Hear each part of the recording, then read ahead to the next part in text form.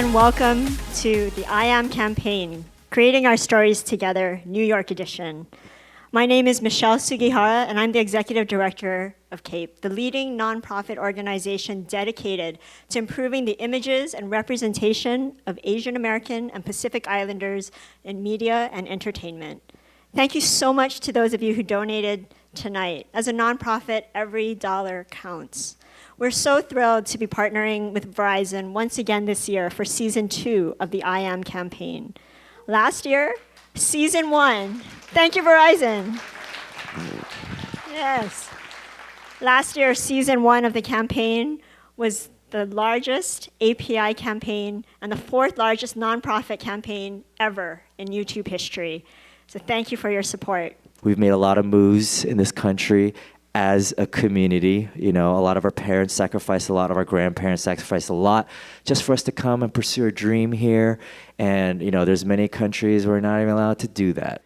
You know, some people come from wealth and they're just complaining all the time. So I just want to encourage you, you know, Asian Americans, we're like 5% of the country, you know, but we're really coming up now. We're making moves, getting on TV, we're writers, directors, movie producers. You could do whatever you want. This is the land of dreams, opportunity. My parents came to this country with $500 in their pocket. They raised 5 of us. And the reason why I'm on the stage right now is because of their hard work and sacrifice. So give it up for your parents and your grandparents and your uncles and aunts.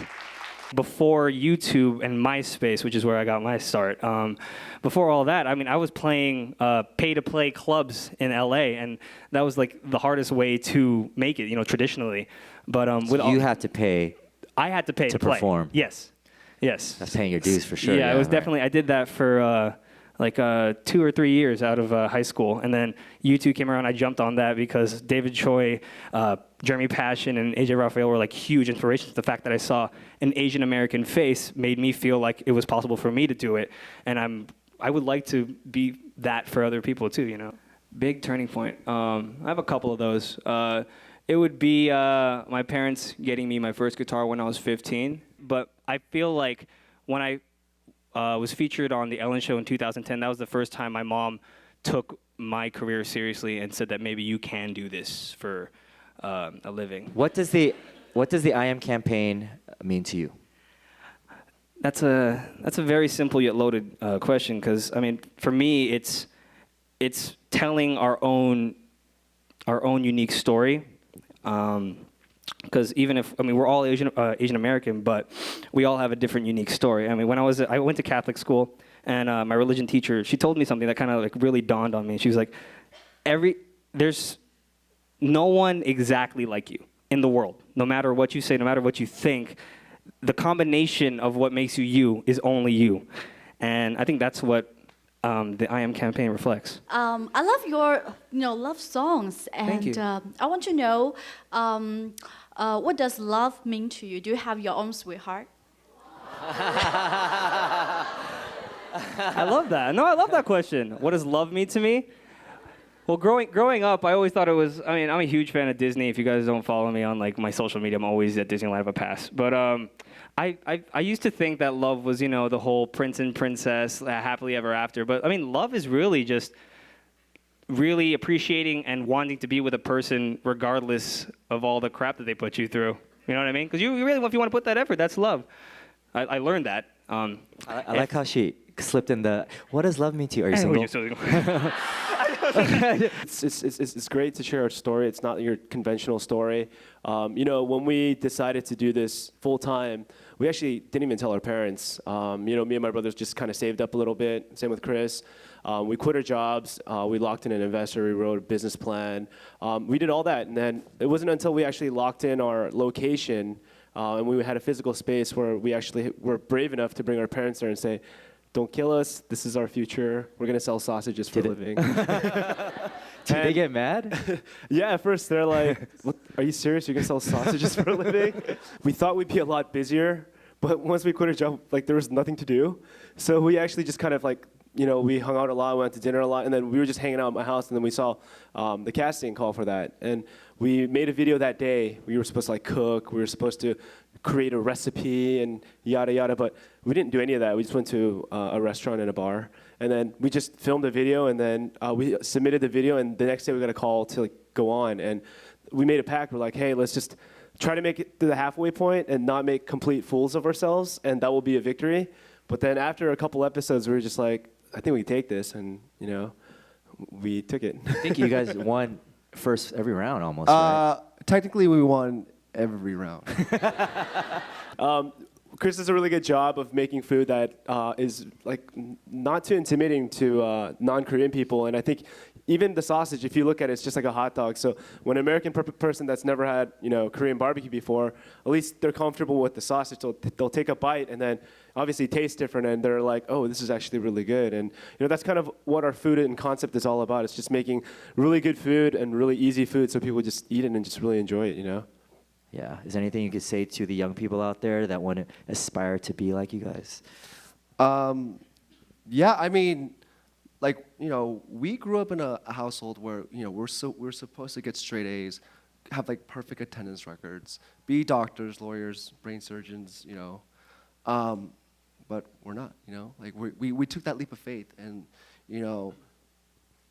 we're so, we're successful, and we're so happy at what we do, and it's like, it's a rarity. And we just want to like just promote to like all the people out there, like, look, like go take a leap of faith, like go pursue your passions, because like what's the worst thing that can happen? That you tried at least, you know what I mean? And we get up every day, with smiles on our faces, because every day brings a new adventure. We get to do cool stuff like this and meet cool people like you guys. And I mean, it's been such an honor and such a blessing, and we just want to let everybody know, like seriously, we can do it, because we are definitely not the three smartest people in this room right now, that's for sure. But we are hustlers, and we took a risk on life, and we're reaping the benefits now. So like literally, if we can do it, like seriously, you guys can all do it.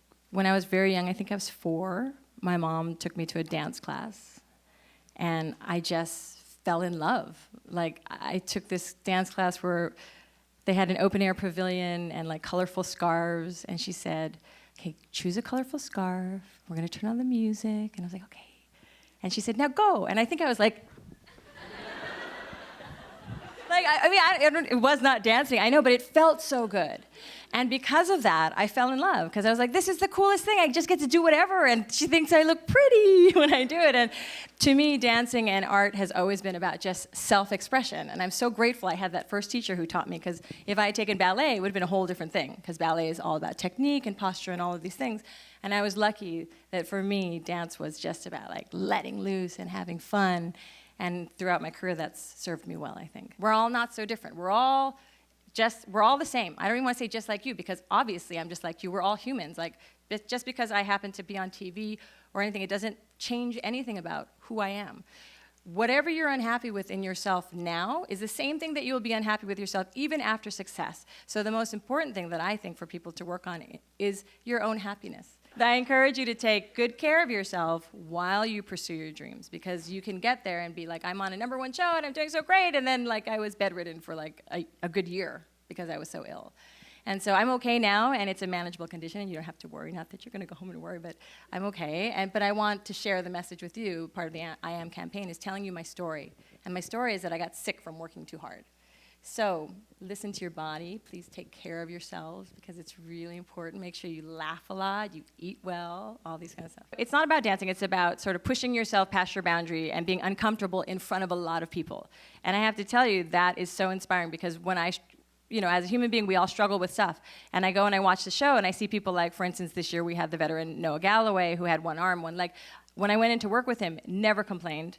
Everything was positive. Everything out of his mouth was uplifting. When I see people like women on our show that are my age that don't often do well, because that, for some reason, like women like 45 and up don't seem to last long on our show. I don't know why it is.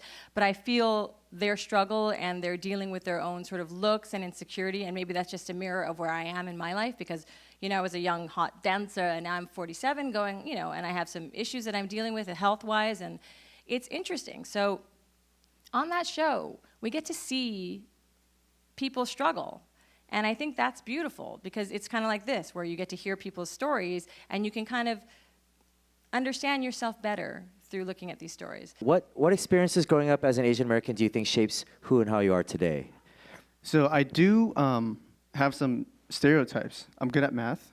I studied a lot of accounting. I went to college. So all of those actually have really helped me out in shaping who I've become because a huge part of, aside, for YouTube at least specifically, aside from your talent, how you look and everything, a lot of it is how you want to brand yourself, market yourself, figuring out your demographic, figuring out what people want, and like what makes the most sense financially sometimes. So that has really helped me in some of the decisions I make. And I'm actually naturally a very introverted and very awkward person. So I think that might have hurt me a little bit growing up. So yeah, those are two things. So bullying. I actually have a song later I'm going to perform about something about bullying. I never really got bullied in school, but it's a song called Please Everybody. So basically, I get cyber bullied. When you do YouTube, you can literally scroll through your comments and you can find the meanest things someone can possibly say about you, and it's really sad. So how I got over it is more of a realization that sometimes you just can't please everybody, and no matter what you do, things are just going to be like that. So once you accept that and you can kind of move on and not really worry about how am I going to convince this guy I'm cool. It's just be very comfortable in your own skin. Honestly, just do the best you can, hang out with the right crowd, and kind of just find your niche. I probably need more time to think of a better answer, but kind of just be yourself and just be proud of who you are.